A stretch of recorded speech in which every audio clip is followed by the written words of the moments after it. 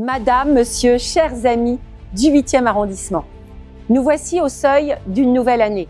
C'est traditionnellement le temps des vœux, de l'espoir et de la légèreté. Mais je sais que l'année 2025 qui s'achève a laissé des traces. Je l'entends dans nos conversations, je le vois dans vos regards. Il y a une fatigue, une lassitude légitime. Nous sommes tous marqués par la crise politique qui secoue la France. Ce sentiment de flottement, d'incertitude au sommet de l'État est délétère. Il crée de l'anxiété pour nos entrepreneurs, nos familles et pour notre avenir commun. C'est précisément quand l'horizon national se trouble que l'échelon local doit être un repère, un refuge. Notre quartier, notre arrondissement, notre ville, c'est le socle de notre vie quotidienne. C'est là que nos enfants grandissent. C'est là que nous tissons nos liens. 2026 ne sera pas une année comme les autres à Paris. C'est la fin d'un cycle, c'est la fin d'une mandature. Il est temps d'en dresser l'état des lieux, non pas le bilan que la mairie de Paris vous vend sur papier glacé, mais le bilan que vous vivez, ou plutôt que vous subissez, ici au quotidien. Le bilan de la majorité rose-rouge-verte sortante tient dans un mot accablant. Il est d'abord financièrement, les chiffres sont têtus. Nous sommes passés d'1 milliard d'euros de dette en 2001 à une course folle vers les 12 milliards d'euros en 2026. C'est un fardeau de 5 000 euros de dette qui pèse sur le dos de chaque Parisien. Les caisses sont vides. Le duo Hidalgo-Grégoire a hypothéqué l'avenir de nos enfants. Et la question que vous vous posez, que nous posons tous, c'est pour quel résultat ? Le résultat, c'est une ville sale, et nous savons tous que le désordre appelle le désordre. La saleté n'est pas juste une nuisance visuelle, c'est le premier signal de l'abandon. Ça fait mal au cœur de voir Paris, jadis si admiré, aujourd'hui si abîmé. Le résultat, c'est une insécurité grandissante.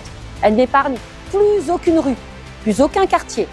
Des abords de la gare Saint-Lazare aux rues plus résidentielles, l'inquiétude s'est installée là où la tranquillité devrait être la règle. Ce n'est pas la vie que nous voulons. Le résultat, c'est l'anarchie des mobilités sans aucune vision globale. On a dressé les Parisiens les uns contre les autres, piétons contre cyclistes, cyclistes contre automobilistes. Au lieu d'apaiser la ville, on a créé des tensions permanentes.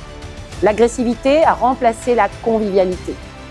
Enfin, c'est une attaque en règle contre ce qui nous est cher. Avec le nouveau plan local d'urbanisme et son pastillage massif, la mairie de Paris s'attaque directement à la propriété privée et à notre cadre de vie, en fragilisant les propriétaires sans résoudre la crise du logement. Ce n'est pas de l'urbanisme, c'est de l'idéologie. Face à ce délitement, face à cette gestion municipale, à la petite semaine, quelle a été ma place ? Quelle a été notre place ? Certainement pas celle de spectateur passif. Cette année encore, ma boussole a été la mobilisation. J'ai refusé de laisser faire. J'aime trop Paris et notre arrondissement pour baisser les bras.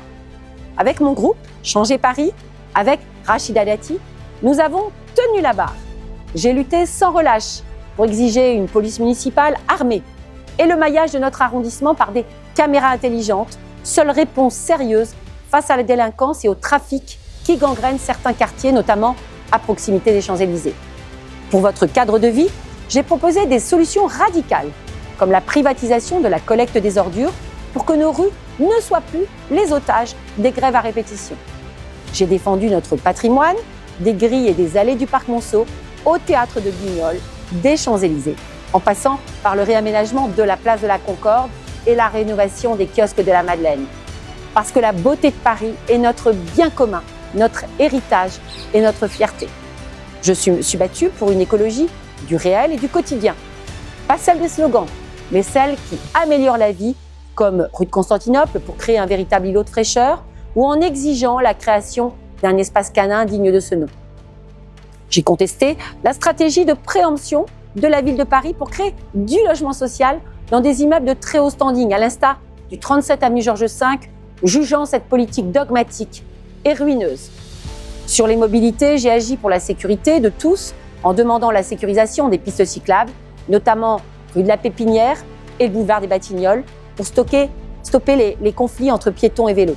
Enfin, je me suis mobilisée sur la plupart des grands projets d'aménagement de l'espace public, par exemple la piste cyclable du boulevard Malesherbes, afin de préserver un équilibre entre les intérêts de ces différents usagers, piétons, cyclistes, automobilistes, etc.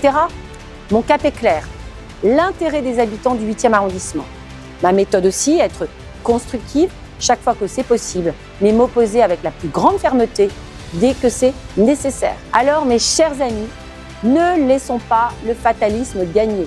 On veut vous faire croire que le déclin de Paris est inéluctable. C'est faux. Paris n'est pas condamné à la saleté, à la dette et à l'insécurité. Il est possible de réconcilier les Parisiens, de stopper l'exode des familles et de rendre à Paris sa fierté, de retrouver le plaisir simple de vivre ici. C'est une question de choix politique. 2026 sera l'année de ce choix, c'est l'heure de vérité. Grâce à la réforme du mode de scrutin, votre voix dans le 8e pèsera enfin de tout son poids pour l'avenir de Paris.